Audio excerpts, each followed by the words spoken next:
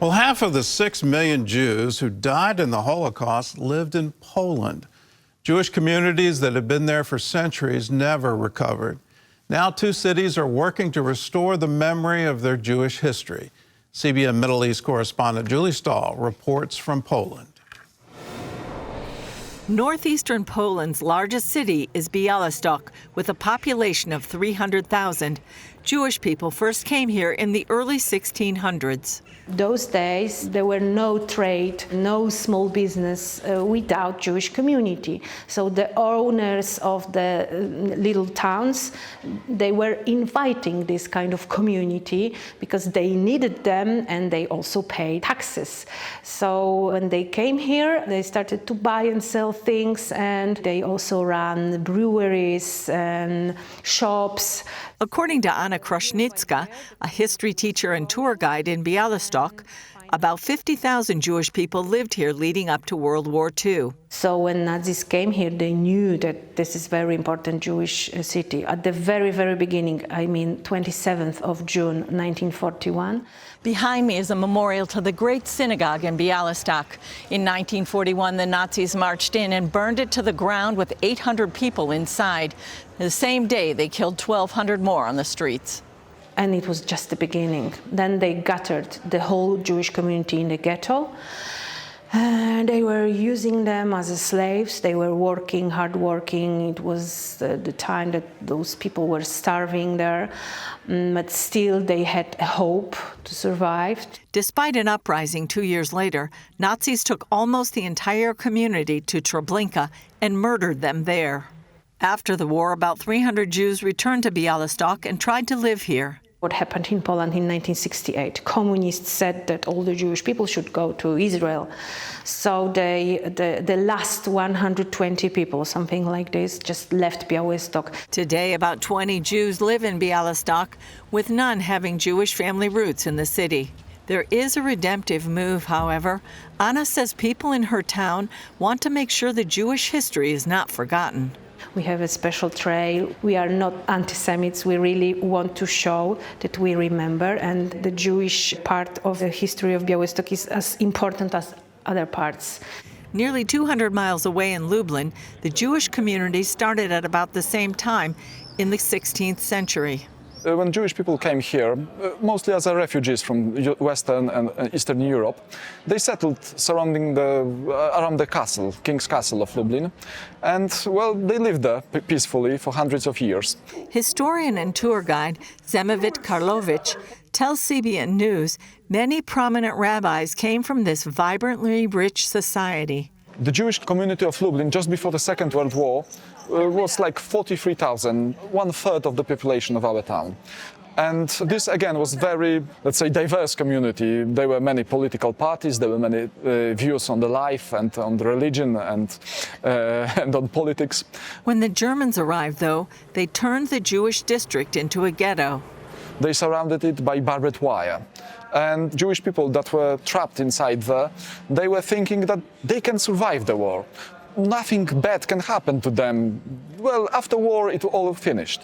But this never came, this end of war, at least for them. The building on my right was a Jewish orphanage and elderly home. When the Nazis exterminated the Lublin ghetto in 1942, they murdered the 200 children, the elderly, and the child caregivers who refused to abandon the children. The SS forces came and they started to throw away people from their houses, driving them to a square near the synagogue. And Jewish people were not resisting because, well, that never happened before. This was the very first ghetto in the world that was destroyed during Aktion Reinhardt, or the Holocaust, the German code name for them. Almost all Lublin's Jews died in the Belgic concentration camp. We know about 1,000 survived of them. But right now, Jewish community of Lublin is like 50, 70 people, and none of them is speaking Yiddish, the language that was so prominent in Jewish district before the war. Now the Polish people in Lublin are telling many of those stories to the international community through the Grodzka Gate Theater cultural institution. My grandfather once said that if we will let the memory of these people die, it will be like the Nazis have won. No. We cannot do this. I'm a historian. My job is to remember things and remember people. And you see, this is the history of our town. Lublin doesn't really exist without the memory of the Jewish people who are here. This is part of our history. We cannot forget it. Growing up under communist rule, Karlovich says he didn't learn about the Jewish history until high school. Now he and others hope to change that, including the Jewish story as part of Lublin's history that's taught in elementary school. Julie Stahl, CBN News, Bialystok and Lublin, Poland. Well, there's a bit of history you probably won't see anywhere else. But if you look back at Jewish history in Europe, you know, the pogroms, the struggle for Jewish identity, from that came the rise of the Zionist movement. Now, it wasn't the source of it, but it was definitely fuel for it.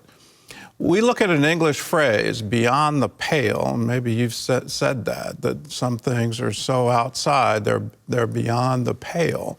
Well, that comes from what Catherine the Great did all the way back in the 1790s, where she created a pale, P-A-L-E, of settlement for the Jews in Russia. The pale were sharpened sticks that were set up as a stockade, if you will. And if you were inside the settlement, if you were outside, you were beyond the pale. And so that became a way to isolate Jews within Russia. Poland was considered a relatively safe place for Jews, and that's why they had such a large population. It's because of the persecution coming out of Russia, and it was absolutely horrific. The pogroms of the 1880s, 1890s were just horrible. And that's what got Britain to say we have to do something to protect the Jews. And they offered up Uganda, they offered up various solutions, but it finally came down to the Balfour Declaration. And then the British mandate under the League of Nations to create a Jewish state. This is the history of Israel. This is the history of the Jewish people. And my heart is rent that today we see a rise in anti-Semitism like never before. It just seems to be coming back in this incredible wave. As Christians, we need to stand with our Jewish brothers and sisters. We are grafted into them. Their Abraham is our Abraham. Their Isaac is our Isaac. Their Jacob is our Jacob. All of their prophets are our prophets. We need to realize we're grafted into that root. And here's the great revelation. Jesus, he's not a Palestinian. He is a Jew. So let us stand with our brothers and sisters. Let's stand against this rise in anti-Semitism. Let us never forget, and let us vow never again, not on our watch. You don't get to exterminate Jews. You don't get to persecute them. You don't get to discriminate against them. You don't get to herd them into ghettos or pales or wherever. No, they enjoy every freedom that every person should enjoy, and especially the freedom of their own self-determination and their own state.